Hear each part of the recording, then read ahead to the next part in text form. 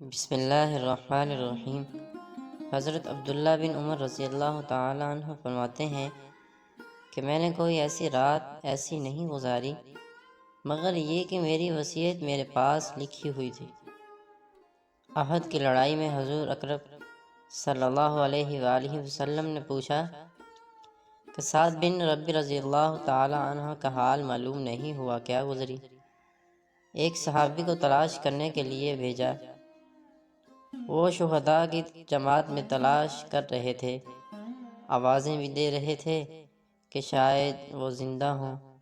یوں پکار کر کہا کہ مجھے حضور اقدس صلی اللہ علیہ وآلہ وسلم نے بھیجا ہے کہ سعد بن ربی کی خبر لاؤ۔ تو ایک جگہ سے بہت ضعیف سی آواز آئی۔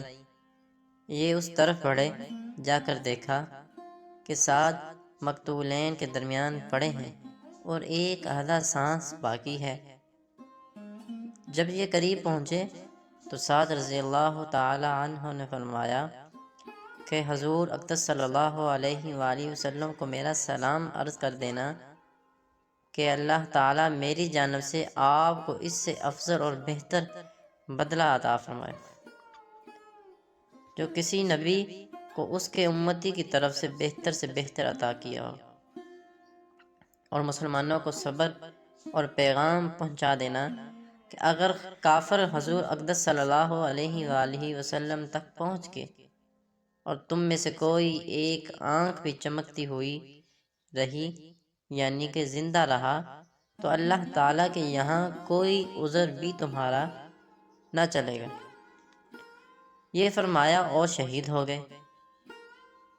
جاں بلب حالت میں کی جانے والی اس وصیت میں ہمارے لیے سبق ہے کہ اپنی قوم کو اور اپنی اولاد کو دین پر ثابت قدم رہنے اور دین پھیلانے کے لیے مال جان کی قربانی پر آمادہ کرنے کی وصیت کرتے رہنا چاہیے۔ یا اللہ ہمیں فہم دین اور عقل سلیم عطا فرمائیے۔ یا اللہ اس دور میں ہمارے ایمان کی حفاظت فرمائیے، آمین۔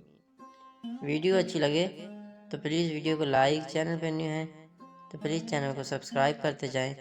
ایسی ویڈیو، احادیث، واقعات، سٹوریز اور سبق آموز تحریریں میرے چینل پہ آپ کو سننے کو ملتی رہتی ہیں۔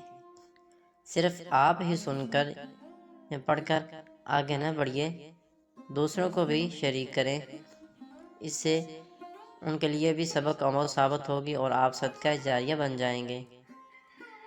یہاں تک کہ جیسے لوگوں میں پہنچے گی ویڈیو اور لوگ اس پر عمل کریں گے تو صدقہ جاریہ بن جائیں گے آپ۔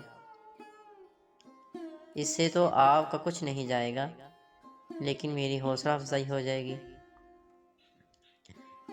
تو ویڈیو اچھی لگے تو ویڈیو کو ضرور لائک کیا کریں۔